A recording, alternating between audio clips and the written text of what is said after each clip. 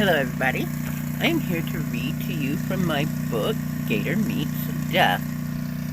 Thank you for joining me. My name is author Maya Jacobs. I am also known as Celebrity Maya Dowdy. This book was written in loving memory of Gator. And this is where he was actually buried.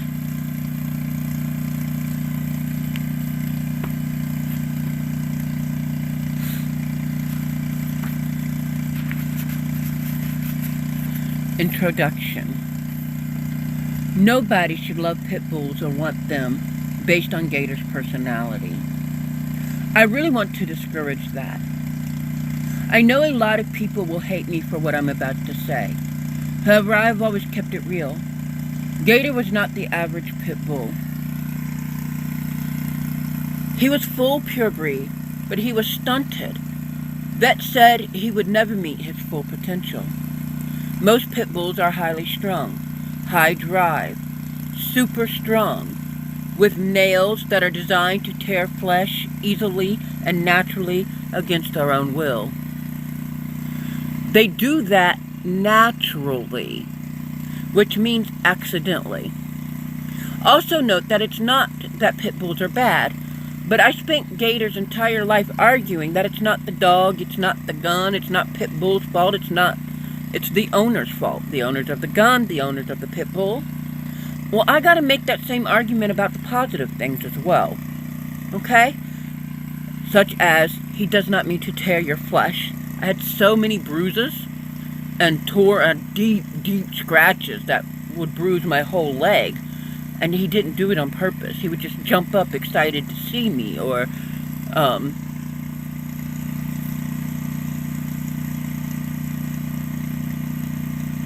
try to lay down on my lap when I was on the couch.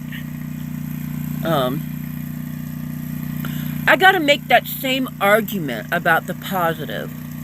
It's not a pit bull thing, it was a Gator thing, okay? Dogs are still animals no matter the breed, alright? Gator, for example, another example about the positive things, he was so passive. You know, he was not like the other pit bulls, all high-strung. He was quiet. That's a positive thing, right? That's not a pit bull thing, okay? It was a Gator thing. Most pit bulls are not that way, all right? Dogs are still animals, no matter the breed, okay? They are prone to brain parasites, dementia.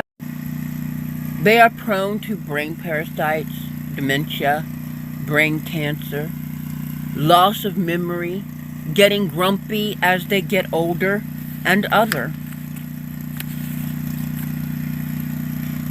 That can affect their behavior later in life, when they are the best dogs. They are too strong of a breed for that. All breeds like this are. Add irresponsible owners, bad breeders, dog fighters, bad genetics, with a bad breed, or an aggressive known breed. When they're abused, triggered, on guard, animals on top of what life and old age already throws into the mix naturally, then you add all those unnatural things. Then take into consideration the breed and the traditional characteristics of the breed. My books are not to promote the breed. Gator was an individual. Gator survived hell and lived to talk about it. Chose love anyways. And after all the wars he went through just to survive in this world, he chose love until he couldn't. That is what I want to promote. Dogs are worse than a gun. Because a gun will never get brain parasites and think for itself. A gun will never get brain tumors and blood clots to change the gun's behavior. A gun will not escape its gun cabinet like a dog escaped its kennel or a leash, the electric fence, or bust through a glass window or a door. when the owners aren't home, or even when they are. Everyone is fighting a war on guns and can't see how pit bulls, rotties, wolf hybrids, many shepherd species, mastiffs, and many others are the AK-47 powered by the mentality of a 2-year-old child. In Sylvester Stallone's body, with a robotic switch that goes off at a certain point in time in their life, no matter what. They are a bazooka powered by a brain that gives it an automatic robot life. It is scientifically proven that dogs have the mentality of a 2-year-old. They can learn as much, remember as much, take as much independence. You might as well give a 2-year-old a bazooka if you're going to justify having these large, strong, powerful, aggressive breeds available to just anybody. And while y'all are fighting gun rights,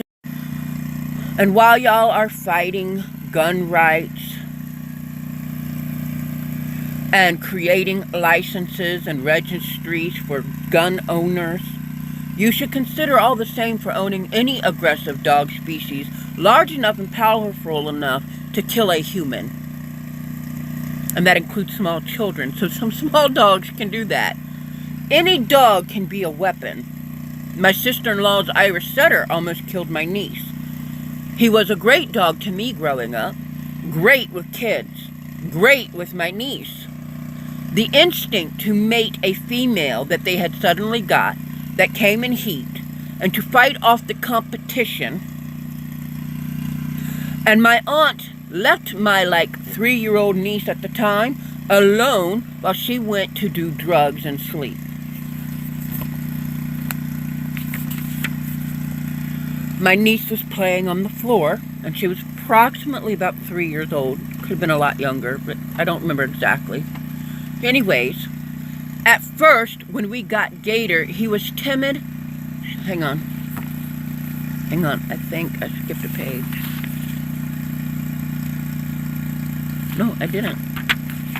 Okay, anyways, at first, when we got Gator, he was so timid, shy, and so sick, something got skipped out of that book. Wasn't published right. Something.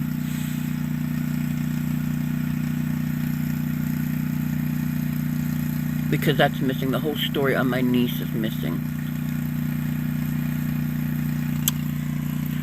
So, I had some issues with the publishing company, and I must have missed that when I was approving this for publishing.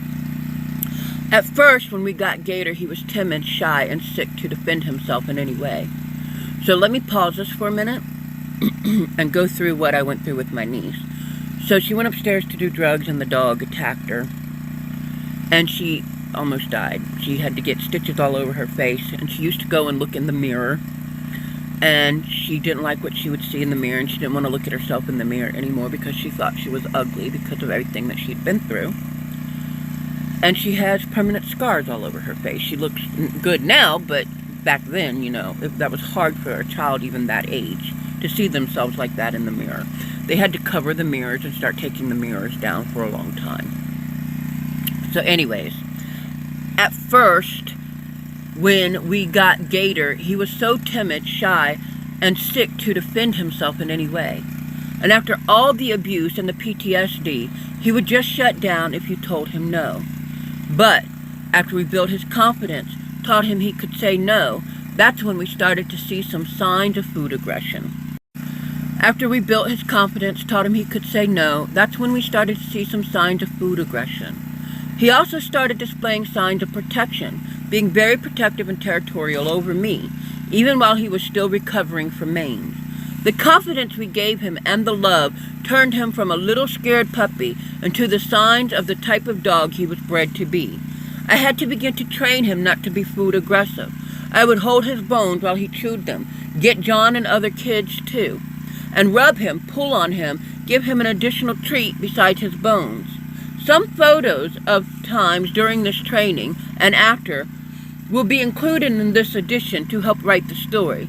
During training, command him to stop, sit, roll over, reward him with the bone again, but not let it go. I'd put him through different obstacle courses with the same said bone in the tub for a bath. Part of bath training teaching him to jump in and out, making the tub our friend and fun before ever adding water. Used balls and toys to same concept as crate training. And then I'd introduce different kids and animals while he chewed, and I held the bone and let the kids pet him and lay on him and roll around on him. And once I was comfortable with his responses to that, we graduated to where I started letting people and animals take the bone, and I'd give it back to him. I'd take it and then give it and hold it and let him chew it while I held it again. And I'd take one bone array and replace it with something different, something he liked more, like a treat that I call his crack. And that's not in the book because I can't put copyright, logo, things like that. But it was K9 carryouts was his favorite thing. It was like crack to him. It's the catnip to a cat. There are things I did daily with him for years, so it would be second nature.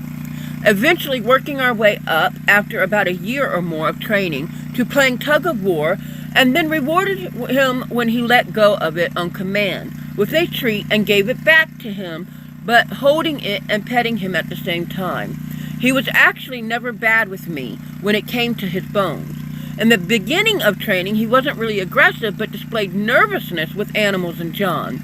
I knew if I didn't address the nervousness, it would turn into food aggression, especially since they had already bullied him and tried to make him fight for his food and compete with adult dogs and puppies as a puppy. There was never an issue with me taking his food or treats or toys at all. He was always very loyal to me. I'm the alpha leader of the pack. When I spoke, his face got serious, ears went back, goofy look wiped off his face, and he was in full submission. A lot of people thought this made him look sad or scared. That's not what it was. It was a submissive behavior, and bulldogs kind of have that face anyways, just in general, all bulldogs. But then he would be extra that way because of the super submission that he was towards me.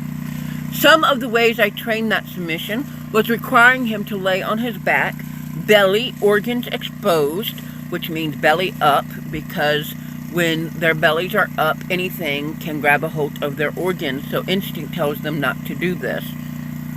An alpha dog will never do this because they're not going to be vulnerable like that. Okay, and this is the same for any animal. When their bellies are up, their organs are there, and they're more vulnerable in an attack. They don't have their feet anymore, so they can't run away from the attack. They can't fight if they're attacked. So this is a position, especially dogs, do not get themselves into. It's the most submissive position they can be in, the most vulnerable position they can be in. So while I gave the command, okay, I was the boss, and we had a clear understanding of that, even though I taught him that he could say no. So that's the introduction. That's all I'm going to read now. Thank you for staying tuned. I appreciate you, and I hope you get the book.